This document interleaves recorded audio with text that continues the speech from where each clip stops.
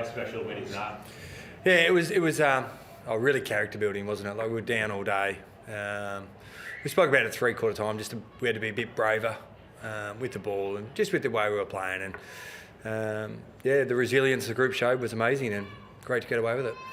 What did you sort of put that down? You said you had to be braver. Where did that go in that period where Hawthorn were just, every time they went forward, they said to kick a goal? Yeah, it was a funny game, to be honest. Like, statistically, if you look through the KPIs, which we value, it was pretty even all game. There wasn't anything really jumping out, but it was a game of really big momentum swings, and they scored efficiently in those momentum swings, and we just couldn't stop them. So I think that's a credit to the Hawks, how good they were in those patches. And the rest of the game, we probably just lacked a bit of polish at times.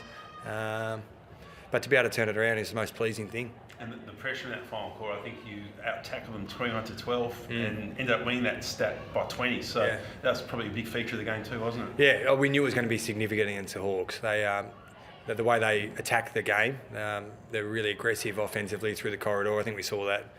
They got away with it a fair bit. We have to be better in that space. But we knew they'd give us an opportunity, so to be able to capitalise in the last quarter when we were most fatigued is a great takeaway for us. There was a moment in the second quarter which seemed to really shift the momentum. It was when Big Miller had the mark, and instead of going for the shot on goal, handball to Koch, ended up being 6 goals in a row to Hawthorn after that. Do you have to have a chat to him to say... But you don't think that's a good tactic? Look, it's one of those things. His intentions are good. We talk about trying to get the easiest shot on goal, but that happens sometimes, and we just couldn't arrest the momentum for a little while after that. It feels like the tide's turned a bit on those close results. In the last few years it's been, on the loss side of the ledger, but has that been a real focus this year in particular? Yeah, look, all credit goes to the players for that. I want to single out Dion Prestia last week. Got the group together, and he took scenarios. So he took the whole group through scenarios, and it's a credit to our leaders to be able to get it done. Because I've spoken about before, late in games, it's about moments and people getting things done in the critical moments. And the leadership he's shown, and amongst some other of our leaders, we're able to get the result because of it. Wasn't it like in 3/4 time? Did the guys and you believe that you could run them over? You know what? We actually did. I spoke about the fact the indicators were even. There was a lot of things we weren't. They were very accurate with their shots on goal. So we spoke about we had to put them off better. It was a joke, right? But we knew that we were in the game, so that was the challenge. But we had to get a bit more bold with our ball movement, which we were able to do. Sorry, just back to Prestia. Did he do that off his own bat? Did he just say, guys, I want to take over this meeting? Yeah, he did. He spoke. We have a little session planned for different things that we want to achieve, and Dion put his hand up and said, I want to nail this, and he took control of it and worked with the coaches to get the scenarios right. There were things that we wanted, but it just shows most of it comes from the players, which is great. Did you always have to sort of tell the fellas, listen, the season's pretty much on the line here? Because in a broader context, I mean, it was such an important game, and at 3/4 time, did you have to raise that at all? No, I didn't. I didn't go there, to be honest, because everyone sort of knows the situation it's in, and it's.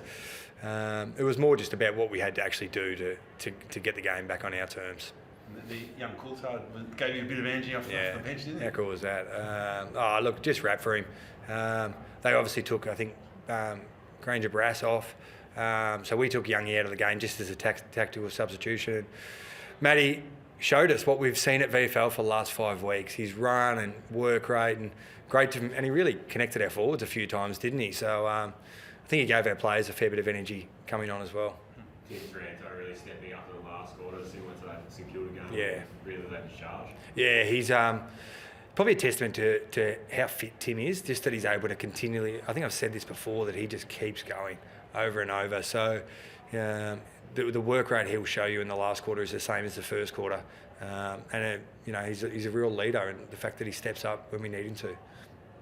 Yeah, and Dusty's just really sort of, his consistency's been, in recent times, been so almost metronomic. Has that been one of the more pleasing aspects of the last couple of months as well? Yeah, it has. And Dustin is just, his level is so high. And I think to be able to maintain that high level is something that he probably doesn't get enough credit for. I know he's been spoken about a bit the last few weeks, but every single week he puts himself in a position to help us win games of football, and it's a real credit to him. Looks like Morris Rioli was putting in a few midfield minutes in the VFL. What would you like to see from him to get him back up to AFL?